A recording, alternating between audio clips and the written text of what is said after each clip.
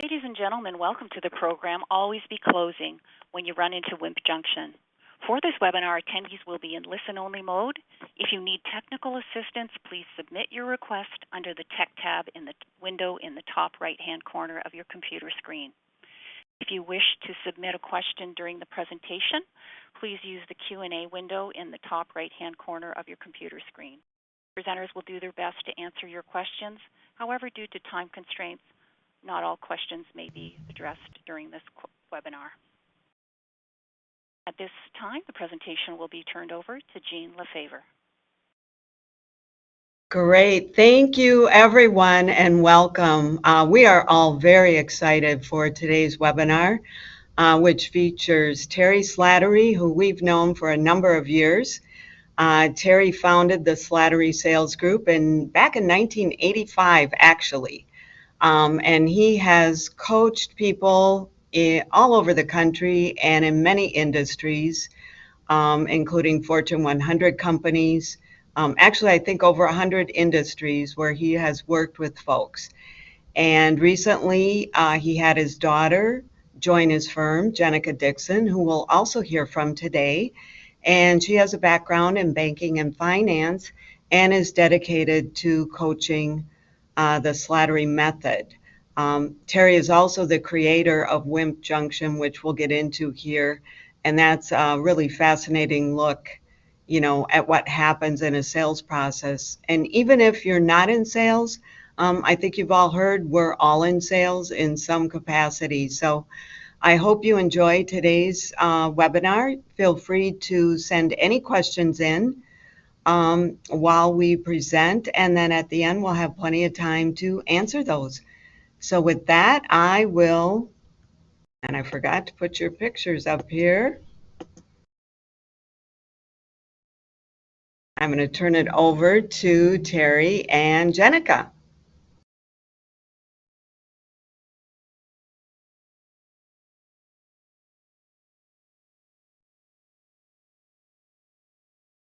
Terry, you're muted.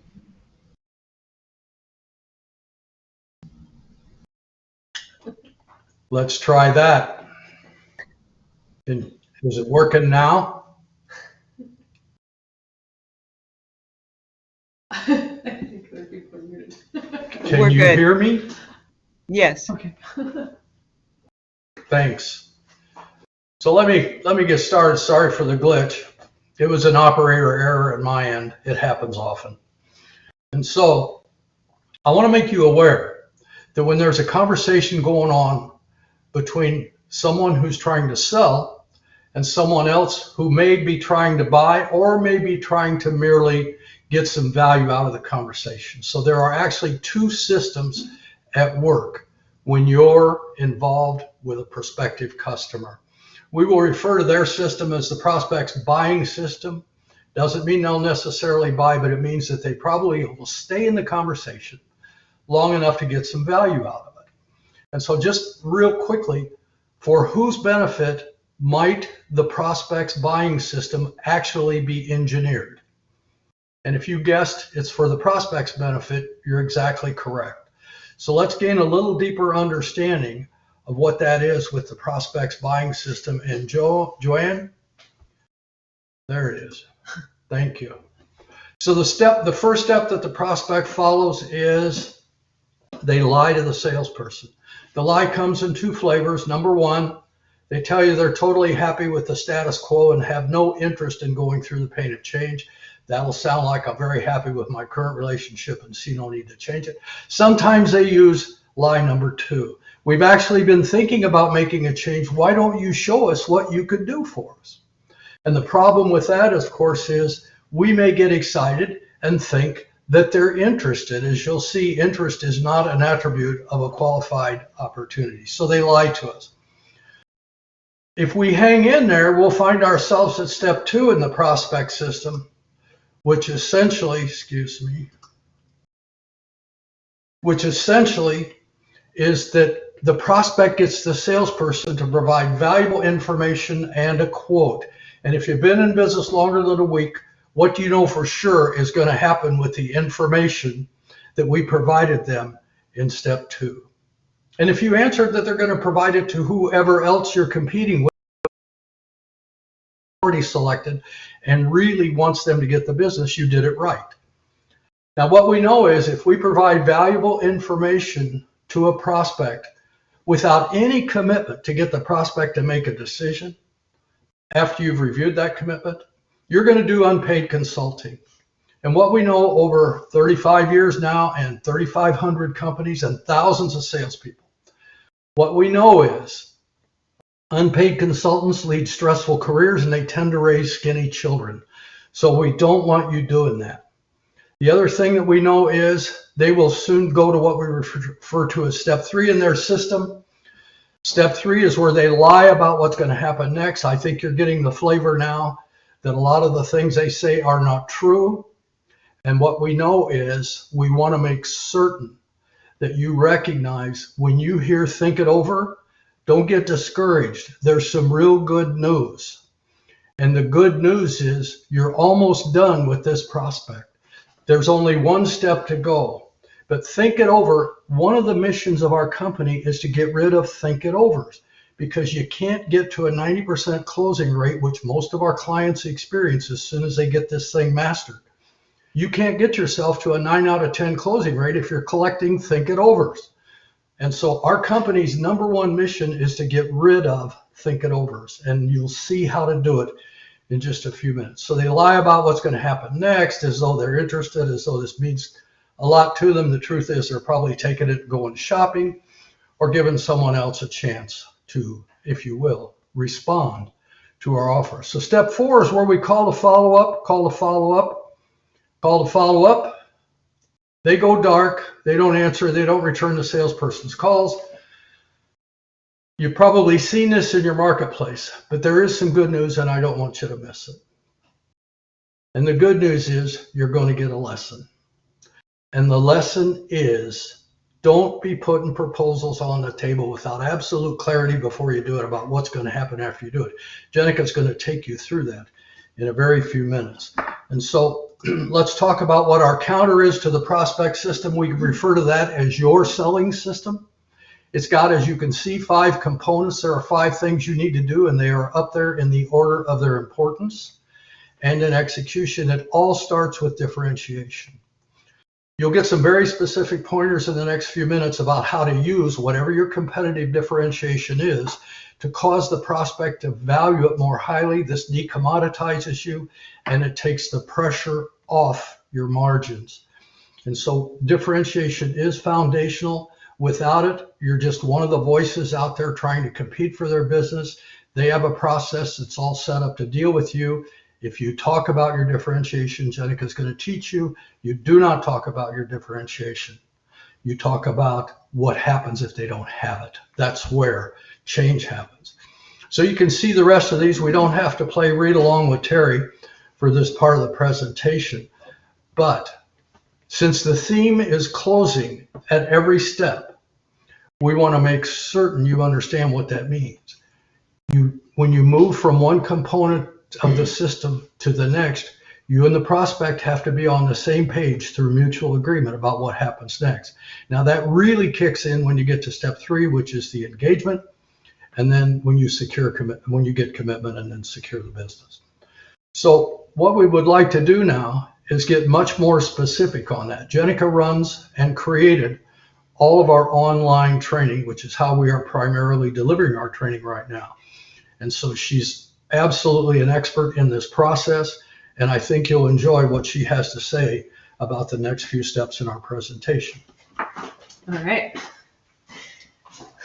Hello. Normally we would have 2 different computers, but I had every tech issue under the sun here, so I am just hopping into Terry's systems. So here I am. I'm going to move. All right. Found the mouse. Found this. All right.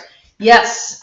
This is the selling system that will keep you off of Wimp Junction, and it has 5 stages. Like Terry said, stage 1 is by far the most important. You have to differentiate yourself in the marketplace, in the brains of your competitors, or in the brains of your prospects. But when we say differentiate, often people hear it and they think something else. They think features and benefits. They think features and benefits are what set us apart in the marketplace, and they actually don't. They're a starting point, but they are not what sets you apart. Or the salesperson thinks, I will tell the prospects what sets us apart. And of course, that never works. And when it doesn't work, then the salesperson concludes the prospects just don't get our differentiation. And failing all else, then the salesperson might conclude, well, our differentiation just doesn't justify our higher price. Now, if you're a salesperson, then you are selling on something other than rock bottom prices, because bots can bid on commodities. Value requires salespeople. So if you're selling on value, and I guarantee you are, then you must have differentiation. You must have something that sets you apart. So here's what we mean when we talk about differentiation. Think of it like a coin with two sides. Differentiating value. It's one coin, two sides, you need both. On the head side of the coin is what sets you apart from your competitors. This is your differentiators, but that's about you. On the tail side of the coin is the value that those differentiators bring to the prospect, and that's about them. That's why together we call it differentiating value, or DV. You need both. And when you run your conversations, you're going to really be focusing on the tail side of the coin and running the conversation about them. But the trick, of course, is to get the prospect to recognize that value. Now, the underlying principle beneath DV, there we go. The underlying principle beneath DV is Economics 101, opportunity cost. There are no free moves. If you have DV, then there are consequences to the prospect to not doing business with you. In other words, a decision not to do business with you isn't free, right? It's Economics 101, opportunity cost. Every decision involves trade-offs. Trade-offs have consequences. If you have DV, there are consequences to not doing business with you, but the trick is to get your prospect to recognize those consequences. But you will never get that done with declarative sentences. You will get that done with questions. Here's why it's so important to ask questions. There are a couple different reasons. Number one, I think marketing estimates are up to 3,000 or 4,000, saying we get 3,000 to 4,000 messages every day telling us what to do with our time, our money, and our attention. So if you talk about your stuff in declarative sentences, you will just be part of the noise. There's another reason to ask questions rather than declarative sentences. When a salesperson talks, the prospect doesn't believe what they're saying, because they have this weird idea in their heads that perhaps there's some sort of connection between the size of your paycheck and you getting them to do something. So you are not a neutral party in this transaction. They don't believe you. But when they speak, they believe that truth is being spoken. So you've got to ask questions, right? So you will craft questions that open up an awareness of your DV. And typically when we're working with clients, we come up with 3 to 5 opening questions that will take the conversation where you want it to go.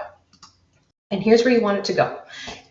You want the prospect's mind to go from absolutely no pain, no consequences, I think I'm doing great without you, to becoming aware that perhaps things could be better, to becoming concerned about those consequences of not having your DV, to becoming committed to fixing a problem.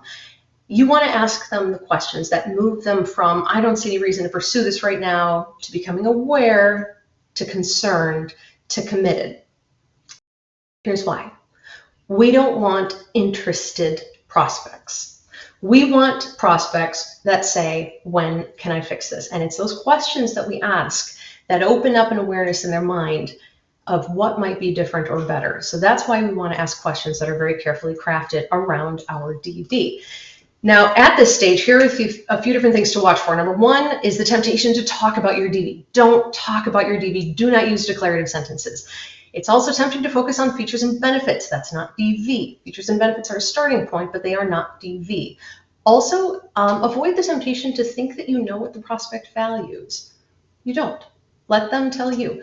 And of course, you'll get that done with questions. So you've articulated your DV, you've crafted those questions. Now, what do you do with them? You have to target your prospects. But when we say targeting prospects, often people hear that and they think decision makers. No, that's not what we mean. Or they think purchasing, procurement, any of the logical entry points into a sale for a salesperson, but that's not where the sale is actually going to happen. Or some salespeople think that everyone's a prospect, right? If they're threatening to spend money in my part of the economy, then they must be a prospect. No. Here's how you're going to stay on the right side of Wimp Junction when you're targeting your prospects. You're going to use your DV to target the right prospects. And here's what we mean by the right prospects. In the marketplace, there are two kinds of customers. There's the logical customer and there's the emotional customer. These titles do not refer to how they think or behave, but rather certain qualities and characteristics that we have noticed in patterns over the years. So on one hand, you've got the logical customer. They're easy to find. And again, they're not titled this way because of how they think or behave, but rather because they're a logical starting point for a salesperson to begin the sale. Purchasing, procurement, supply chain, vendor management. If you're selling benefits, it might be HR. If you're selling a computer system, it might be IT. They're easy to find. They're actually paid to talk to salespeople, but they're really hard to close, and they're incredibly price sensitive. There is no such thing as DV in their universe. Everything's a commodity, and they're going to go with the lowest bidder.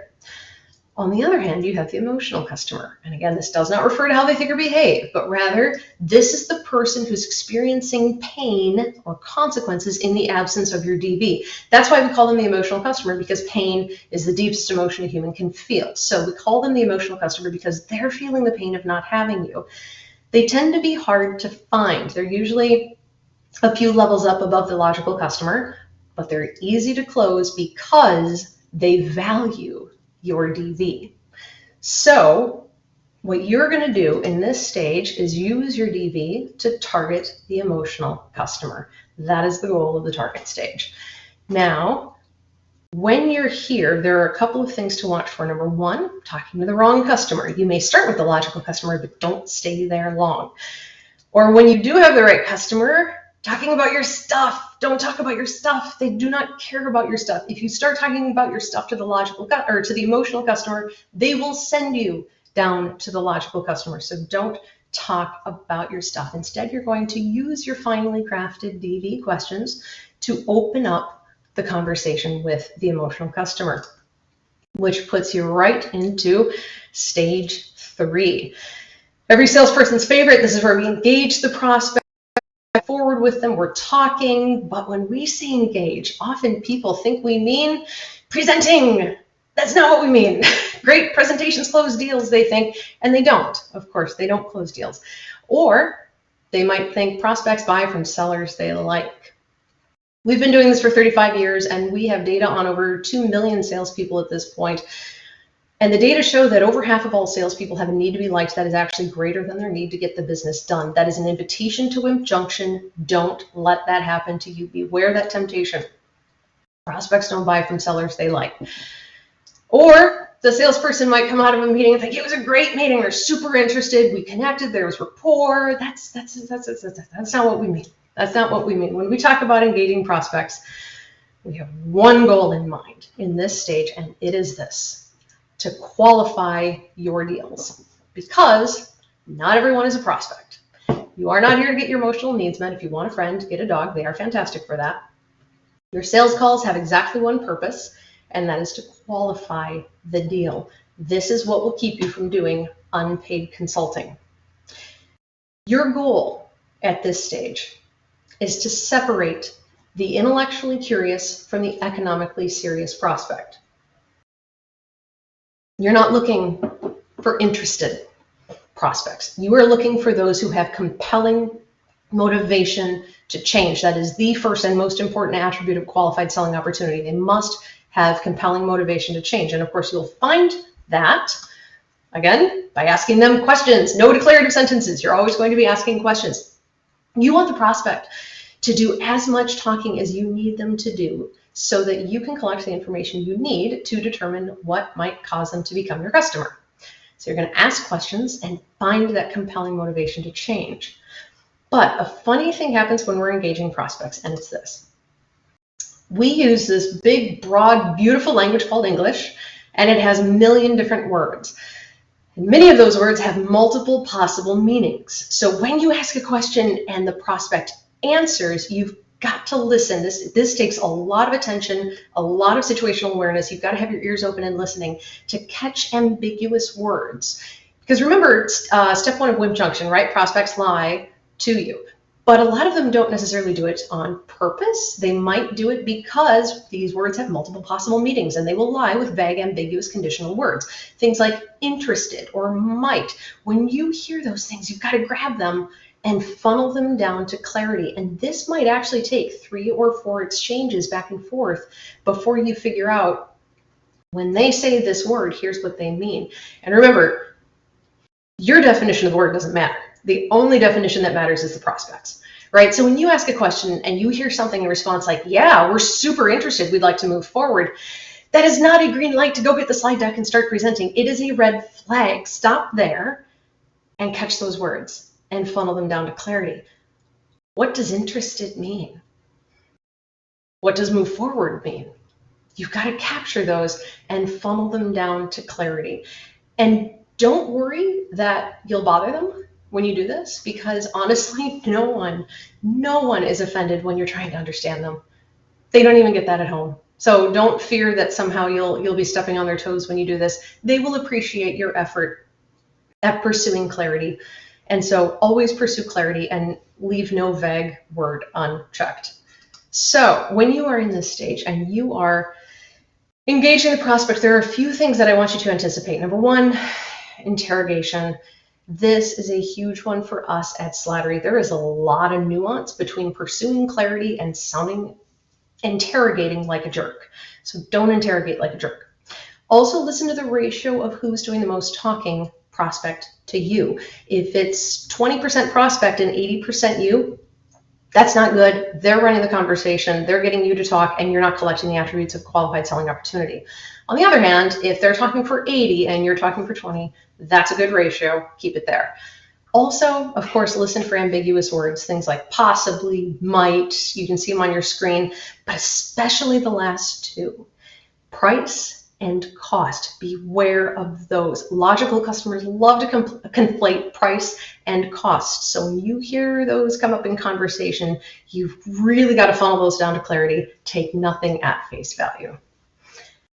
So you have made it to stage 4. But I want you to notice something. You've engaged the prospect, you've collected the attributes of a deal, of a qualified selling opportunity, but you haven't presented your solution yet, and you still won't, even here in stage 4. You won't present your solution until you confirm the prospect's commitment. But of course, when we say commitment, people have their ideas of what that means.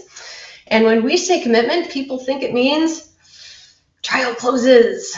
If I present this, will you buy it? Don't do trial closes. Trial closes are for vultures. If you hang around sales training circles long enough, you will actually hear this being taught. It's an old used car lot trick. Don't do it. It will destroy all the trust and rapport that you have worked so hard to create. So stay away from this. It's asking way too much of your prospect to commit to buying or not buying from you here at this stage. Here's the purpose of this stage. You are confirming that they will decide, not what they will decide. The what doesn't necessarily matter. You are just confirming that they will make a decision. You are seeking total clarity and avoiding unpaid consulting. Therefore, your goal at this stage is this. You must know what will happen when you present your solution. It sounds very simple, but 90% of all preventable losses happen here. You must know what will happen after you present your solution. Now, when you're in this stage, all of a sudden, that was weird. When you're in this stage, anticipate a few different things. Number one is being more committed than the prospect. It's very tempting. You've made it this far, but do not be more committed than the prospect is to their success. It is an invitation to Wimp Junction, and it's also an invitation for them to negotiate some ridiculous concessions out of you because they can tell that you're super committed. Don't go there. Listen for any hedging around the decision process. If the prospect isn't being incredibly open with you about that, that's a red flag. You may not have the trust and rapport you thought you had, or you may not have collected all the attributes of a qualified selling opportunity. So listen for those. Those are red flags. Also, third parties you didn't know about. This is why we don't focus on decision makers. Because no matter who says they're the decision maker, I don't care if you're at the very top of the org chart talking to the CEO, there's always somebody else who has a say in this investment, right? Even if you're at the top of the org chart talking to the CEO, there is a board of directors, or there's the old guy who lives on a boat in Florida who founded this thing 30 years ago, or there's the ex-wife's children's lawyer. Somebody else has a say in this investment. So you've got to be aware that there will be third parties coming out of the woodwork that you didn't know about, and you've got to have a strategy for handling those. So you have made it through the 4 first stages, and now you get to present. It's very exciting. It's very exciting. But when we talk about securing your deal with the presentation, salespeople think we mean I will show up and throw up with a 392 slide deck all about the founder and the wagons back in the day and all of our features and benefits. And no. That's not what we mean. That's not what we mean. Here's what we're talking about. When you get the opportunity to present your solution, always plan to be done in half the time using a handful of slides that are focused on them and their pain. Because this is really important. Your time, your resources are incredibly valuable. Therefore, remember that whether it's a quote, a demo, a model, a proposal, whatever it is, presenting the solution takes your time and resources. So only present to fully qualified prospects. By qualifying our prospects first and verifying their commitment the way you did in those first 4 stages, you will have separated the intellectually curious from the economically serious prospects. And that is how you avoid Wimp Junction. When you're in this last stage, there are still a few things to anticipate. Number 1 is snipers. This is probably going to be a disgruntled logical customer who didn't want to go with your solution. So beware of them and have a strategy for them. Also, unexpected participants. If you walk into your presentation expecting to see 3 people around the table and there are 5, you need to have a strategy for handling them too. They've got to be involved and you've got to be prepared to handle them. Also, last minute competitive offers from the competitors who lost or are in the process of losing the deal, especially at quarter end, like now.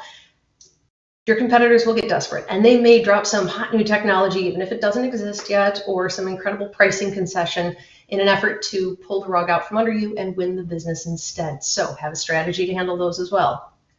And of course, the temptation to leave your presentation with a think it over. It's tempting. Don't do it. You've made it this far. Don't do it. So these are the 5 stages that will keep you out of Wimp Junction.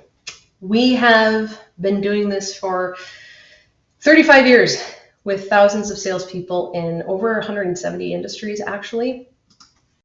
When they follow this system, they close 9 out of 10 offers that they put on the table, and they always know what's going to happen next. We absolutely love this work. We love helping sales professionals close more deals in less time at higher margins. And we want to do that here. I think we're going to have some time for questions. So we will handle those in a moment. But first, I want you to write this down. Write that code down just in case, because if you decide in the very near future that you want to work with us, you can use this promotion code. And if you decide you don't want to work with us, that's fine too. We're not going to chase you. You don't need the pressure and we don't have the time. So write this down, because in the next few days, you'll get an email with some information about how to work with us, or you could just visit the address there on your screen. Something's ringing, very exciting. Oh, there it is. Thank you. It's all right. It's all right. So anyway, yeah, write this down, because you'll be getting an email with information about how to work with us, or you could visit that link there. That's not actually a checkout. That is simply a form where we ask you 2 questions and your contact information to get to know you a little bit better and open up a conversation. And if you decide to move forward at any point, that's when the code will be relevant. So write it down, but please don't share the code with anybody else, because you are the one who took the time to be here and learn about closing more deals. You're the kind of person we like to work with. So that may be relevant if you decide to keep that code. And with that said, your time is incredibly valuable, and we are deeply grateful that you've taken it to be here with us. So thank you, and we are happy to answer questions at this point. Great. Thank you, Terry and Jenica. Great information as always.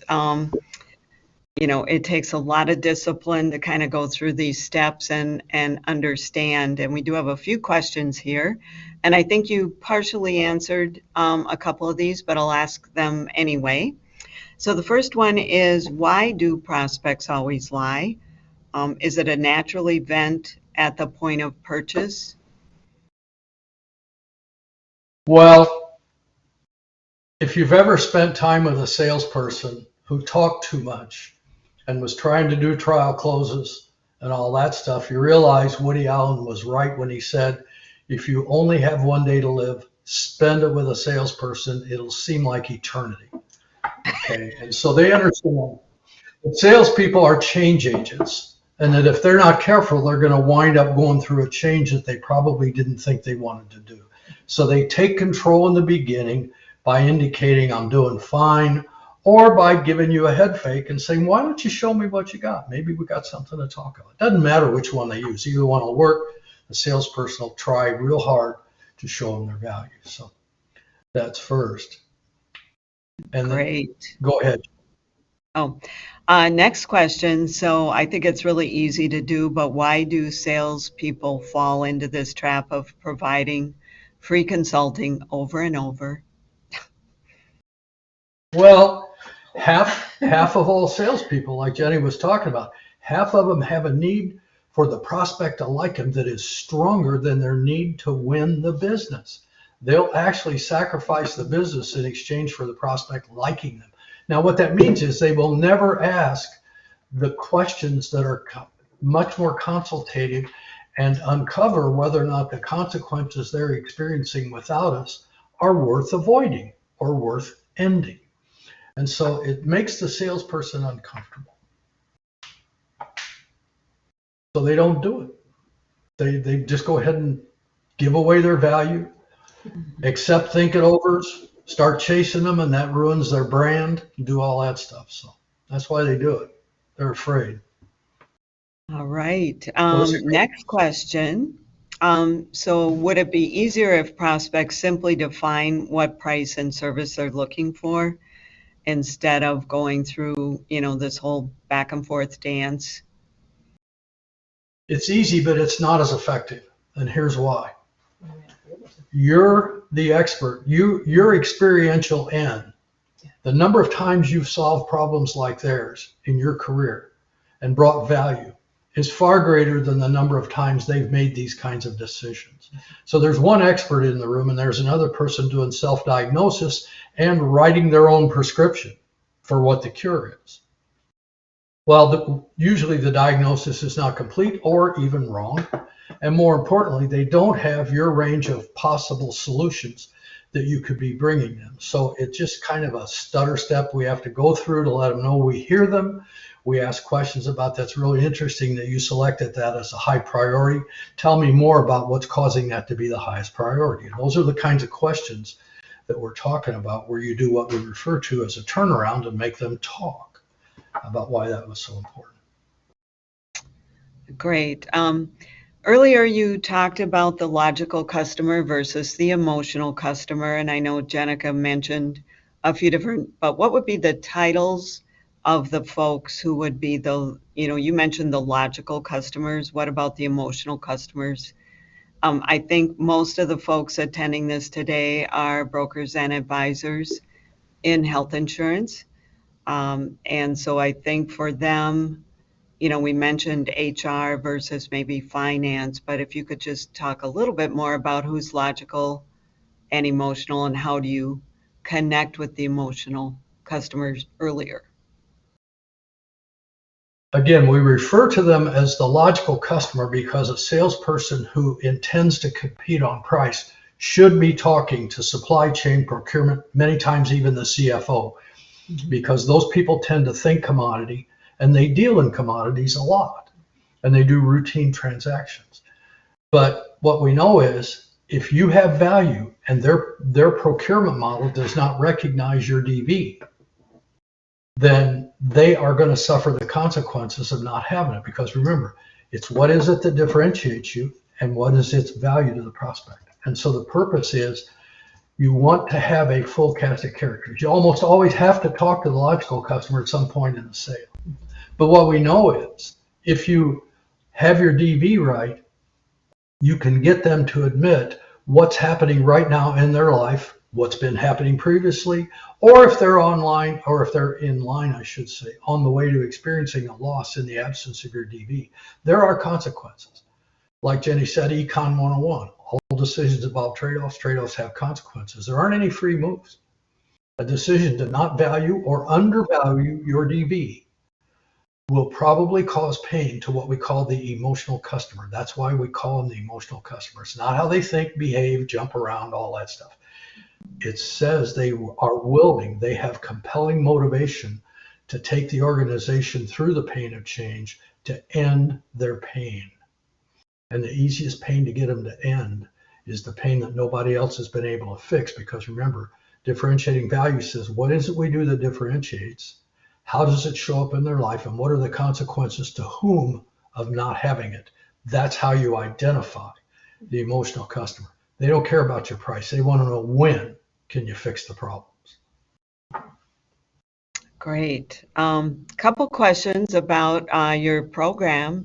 So I'll repeat it again. The code is Q4 READY. So Q4 READY, and that's all caps, I believe. And then another question related is, how long does it take to go through the Slattery program? That's a good question. It's a 6-month program because that allows enough support as we walk with you through your deals. So you'll have plenty of Slattery in that time. And Jeannie, I have to share this story because it just happened this week. Yeah. We have two kinds of clients. We have corporate clients like Health Easy, and we appreciate your business and we love working with you. But we have about 1,000 sales professionals who they are our customer. There is no employer, they're independent reps. A lot of them are employees of companies that are small and don't offer any high performance training. So one of my individual clients just closed a deal this week that he's been working on for 9 months. And so we're coaching him every week because we have time set aside for the people that are in the program. And I can't tell you any more details about it except it's a 7-figure commission check that will be paid in October. Merry Christmas. Okay. Wow. So he called me yesterday and he was jumping up and down. He was so excited. He's closed big deals before, but this is the most lucrative one he's gotten. But we've been at this for quite a while. I think we've worked together off and on probably maybe 4 years. It's so fun. But it's fun when they drag it home. It really is. So. Yeah. It is. So yeah, Go ahead. Go ahead. I was just saying it's very fun. This delay is crazy. It's fun to walk with them along through their deals, because I know a lot of training, comes in and goes out in little spurts, but this is we really have put together training and coaching and consulting all in one in order to help our clients really achieve the highest possible performance. And then we walk intensely with them for about 6 months, and it's fun. It's a lot of fun to see those results. So great. I guess 2 more questions. So emotionally, why do salespeople look for approval? And you might not be able to answer all of this, but is it an emotional need that we all have? We tend to have gotten it before we were 6 years old, when we learned that if we behave according to what another person wants, they will, quote, like us. And at about 6 to 8, we stop listening to that stuff and we kind of internalize it, and then we go forward to the rest of our life with it unless we change it. So one of the things that we work with on our clients is we're going to know, because if they have any beliefs about themselves, like I need people to like me, or a lot of salespeople don't prospect enough because they don't like talking to strangers and all that stuff. yeah. And so they never have a full enough pipeline because they aren't doing the right activities to put people in it. And so, we have to help them change those beliefs. Mm-hmm. We will know exactly which beliefs are holding them back. And each one can cause and some skills too, some other skills that they have that aren't adequate.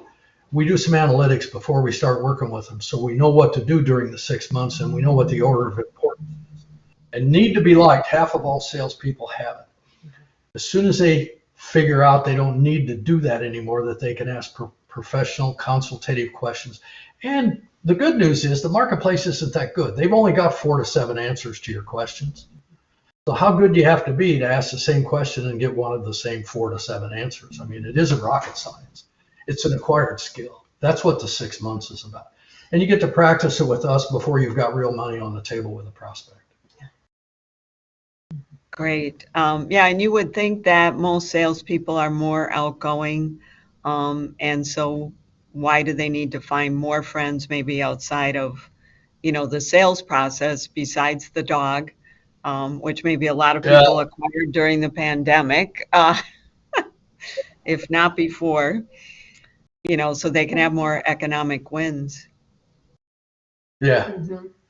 Well, and there's a certain type of personality too that goes into sales and not actuarial science, right? There's the personality that enjoys engaging people, that enjoys talking, rather than just sitting behind spreadsheets all day. So I think it does attract people who, for whatever reason, and again, like Terry was saying, that evaluation helps uncover the reasons underneath, but for whatever reason it may be, they enjoy and derive great satisfaction from engaging with other human beings, which is great. But like two sides of a coin, that strength can also become a weakness if it's not channeled correctly. So it certainly attracts a particular kind of person. It's what makes them endearing. Yeah.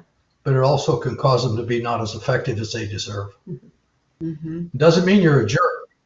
Right. It just means you understand. If you have value for them, you need them to recognize it, because otherwise they're not going to get as much as they could out of their next decision. So it's the right thing to do. I got to ask some questions.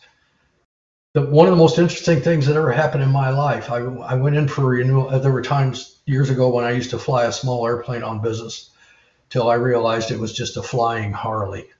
And at that point, I decided I didn't need to do it anymore. But the interesting thing is I was renewing a physical. I was in a hurry to get it done. And this 75-year-old doctor knows I'm in a hurry. And so he's trying to accommodate me. But he has to ask me one question. He said, "How long you had that cancer on your nose?" That's an interesting question when you didn't know you had cancer on your nose. Okay. And it tends to reorder the rest of your day. Okay. He did me a great favor, but there was a lot of surgical procedures behind it. The point is, he did me a favor by asking me a question that irritated me. Okay. He didn't need to be liked. He was already doing pretty well. That's great. And I think one last question here, and it's regarding your course. So how long do people have to take advantage of this code? We'll get an email out to everybody so that they actually have access to the link again. And then it'll be live for about 10 days. Mm-hmm. Okay, great. One of the things we have to help salespeople with is half of them have what's called a long buy cycle. Yeah. Which means they take a long time when they're spending something that involves their own money. And they are vulnerable to prospects shopping their deals because they'll have empathy with the prospect who wants to do it that way. When we get them to understand you separate your professional from your private behavior, if delay is free to your prospect, then you don't have a prospect. And so understand, if delay is free, why are you there? Why aren't you talking about the cost of not having you in the right questions? Okay. So we only give you 10 days because we want to encourage you. Start separating your private from your professional life. You talk to people who get paid to spend money every day in their business. I mean, Amir spends money, Nazi spends money, the organization spends money. People spend money in business. They don't drag that stuff from home in there. They make a decision based on what's the best ROI. The point is, salespeople with a short personal buy cycle, doesn't mean they're reckless with their money, will outsell salespeople with a long personal buy cycle. Every time, and it's usually by about 50% over the course of a year. Mm-hmm. You can fix it in about 3 weeks. Well, Well, thank you both very, very much. Great information. I think our audience enjoyed it. Lots of great questions today. I also want to thank our sponsors for the 2021 Easy Webinar Series, and that's Acura Solutions and Nationwide Insurance. Our next webinar will actually be in November, and that will be with Morgan Stanley and investing for your future. So that should be pretty good information as well, and you can get all your investment questions answered there. So look for that invitation next. Thank you again, Terry and Jenica, and everybody have a great day. Thank you, everybody. Thank you. Thank you so much. That concludes today's presentation. On behalf of the presenters and Health Easy, thank you for joining.